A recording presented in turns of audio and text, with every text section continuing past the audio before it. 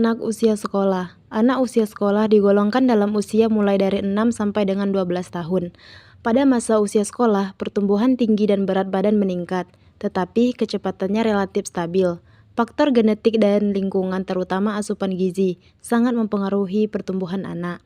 Oleh karena itu, pada masa ini anak membutuhkan pendidikan gizi dan pembentukan pola diet yang baik sebagai persiapan memasuki masa remaja. Yang kedua itu ada pola pertumbuhan. Rata-rata pertumbuhan per tahun selama usia sekolah bertambah dari 3 kilo sampai dengan 3,5 kilogram untuk berat badan, 6 cm untuk tinggi badan. Pertumbuhan cepat anak laki-laki dimulai sejak 12,5 tahun sampai dengan 13 tahun dengan kenaikan kurang lebih 20 cm.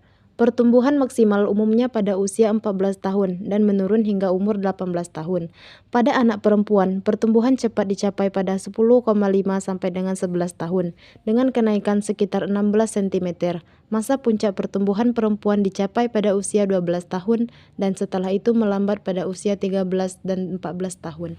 Pada masa pacu tumbuh, berat badan anak laki-laki bisa bertambah sampai dengan 20 kg, sedangkan anak perempuan hingga 16 kg. Selama awal periode anak, persen lemak tubuh mencapai minimal 16% pada anak perempuan dan 13% pada anak laki-laki. Peningkatan persen lemak tubuh rata-rata terjadi pada usia 6 sampai dengan 6,3 tahun. Tabel angka kecukupan gizi boleh dilihat ya teman-teman. Lanjut, kandungan zat gizi makanan kegemaran anak. Makanan kesukaan anak-anak biasanya banyak mengandung garam, gula, lemak, dan MSG pada makanan fun foods atau junk food. 1. Kandungan garam. Penambahan 1 gram garam per hari meningkatkan tekanan darah sistolik 0,4 mmHg dan meningkatkan resiko overweight dan obesitas sebesar 28% pada anak-anak. WHO merekomendasikan pengurangan asupan garam pada anak usia 2 sampai 15 tahun untuk mengontrol tekanan darah. Kedua, kandungan kolesterol. Kolesterol merupakan substansi yang diproduksi oleh hati dan diperlukan oleh tubuh. Namun, lemak dan kolesterol lebih banyak berasal dari makanan. Makanan yang mengandung lemak tinggi dapat meningkatkan level kolesterol jahat dalam darah. Kolesterol tinggi dapat menyumbat anteri dan menyebabkan penyakit serius. Yang ketiga, kandungan MSG atau monosodium glutamate. MSG berasal dari asam amino glutamate atau asam glutamat. Pemakaian MSG yang berlebihan dapat menyebabkan sindrom restoran Cina yang memiliki gejala berupa pusing, haus, mual, pegal-pegal pada tengkuk, sakit dada, dan sesak napas yang timbul 20-30 menit. Yang keempat, kandungan gula. Gula alami atau tambahan dalam makanan merupakan sumber energi yang tinggi. Energi dari gula dapat bertambah jika tidak dibakar menjadi energi dan seiring waktu dapat menyebabkan kenaikan berat badan. Selain itu, gula juga dapat menyebabkan kerusakan pada gigi. Kebiasaan jajan anak. Menurut penelitian Ulia tahun 2003 dalam Syaptri pada siswa SD di Jakarta Timur, menunjukkan bahwa kontribusi makanan jajanan terhadap konsumsi sehari-hari siswa cukup tinggi, yakni berkisar antara 10-20%. Energi dari jajanan tersebut memberikan kontribusi sebesar 17,36%, protein 12,4%, karbohidrat 15,1%, dan lemak 21,1%.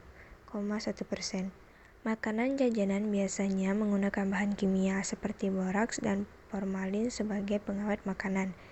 Pewarna tekstil seperti rodamin atau merah dan methanil yellow atau kuning agar makanan menjadi lebih menarik. Banyak pedagang yang menambahkan bahan kimia tersebut secara berlebihan dan tangan pedagang yang tidak dicuci bersih terlebih dahulu dapat menjadi sumber kontaminasi terhadap jajanan, sehingga memungkinkan potensi bahaya yang timbul dalam jajanan anak sekolah dan menimbulkan gangguan terhadap kesehatan. Sarapan anak sekolah. Sarapan adalah makanan khusus untuk otak. Sarapan berhubungan erat dengan kecerdasan mental, memberikan nilai positif terhadap aktivitas otak sehingga menjadi lebih cerdas, peka, dan mudah berkonsentrasi. Sarapan sebaiknya memenuhi 1/4 dari kebutuhan energi sehari dan juga mengikuti pola gizi seimbang yang terdiri atas sumber karbohidrat 60-68%, protein 12-15%, lemak 15-25%, serta vitamin dan mineral. Makan siang anak sekolah. Menu makan siang anak sekolah harus memenuhi 1/3 energi pada anak. Vitamin dan mineral. Sebaiknya sekolah diwajibkan memberikan makanan yang sehat dan tepat untuk anak sekolah, yang memenuhi standar pola makan dan gizi, serta terdapat menu khusus untuk anak dengan kebutuhan makanan khusus. Makan malam anak sekolah. Anak-anak biasanya menerima gizi yang lebih baik ketika makan malam secara rutin dengan keluarganya dibanding jika mereka menyiapkan atau membeli makanannya sendiri. Anak juga dapat dilibatkan dalam perencanaan serta menyiapkan makanan sambil menunjukkan menu makanan yang bergizi seimbang dan sehat. Masalah gizi anak. 1. Anemia gizi besi. Berdasarkan data Riskesdas 2013, prevalensi anemia pada anak usia 5-12 tahun sebesar 29,4%. Dampak yang ditimbulkan anemia gizi besi pada anak adalah kesakitan dan kematian, meningkat pertumbuhan fisik, perkembangan otak, motorik, mental, dan kecerdasan terhambat, daya tangkap belajar menurun, pertumbuhan dan kesegaran fisik menurun, serta interaksi sosial kurang. Depkes 2005.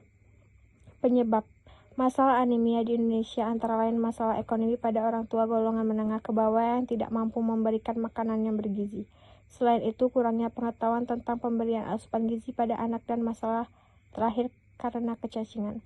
Pencegahannya dapat dilakukan dengan pendidikan gizi, fortifikasi, serta pencegahan penyakit infeksi pada anak. Penanggulangan masalah tersebut dapat dilakukan dengan cara pemberian tablet besi, PMT, AS, ataupun juga pemberian obat cacing. 2. Kurang energi protein atau singkatannya CAP. Berdasarkan pemantauan TBABS 1999, lebih dari 1/3 36,1% anak usia sekolah di Indonesia tergolong pendek, yang merupakan indikator adanya kurang gizi kronis. Akibat yang ditimbulkan dari CAP antara lain stunting, wasting, juga yang lebih parah adalah penurunan tingkat IQ. Penyebab masalah CAP yang terjadi pada anak sekolah adalah kelanjutan dari CAP yang mereka alami saat mereka balita yang tidak ditanggulangi. Cara pencegahannya yaitu seharusnya dilakukan saat mereka balita dengan perbaikan status gizi, karena jika usia sekolah sudah terlambat untuk memperbaiki IQ, tetapi untuk stunting dan wasting. Ketiga, kegemukan dan obesitas. Menurut data Riskesdas 2013, kelebihan berat badan pada usia 5-12 tahun sebesar 18,8%, yang terdiri dari 10,8% anak gemuk dan 8,8% anak obesitas. Penyebabnya, gizi lebih di Indonesia yang terjadi pada anak antara lain karena pola asuh orang tua yang salah. Faktor lainnya yaitu genetik. Biasanya bila kedua orang tua obesitas, anak mempunyai peluang untuk obesitas sebesar 80%. Pencegahannya yaitu obesitas pada anak dapat dilakukan dengan cara makan yang diimbangi dengan aktivitas fisik, diet yang benar, dan mengontrol jajanan anak.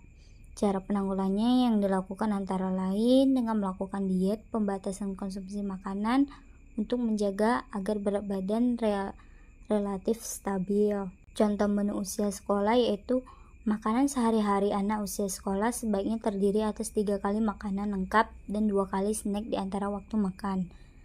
Susunan hidangan terdiri dari makanan pokok, lauk pauk, sayur, buah, dan susu dengan memperhatikan pedoman umur gizi seimbang.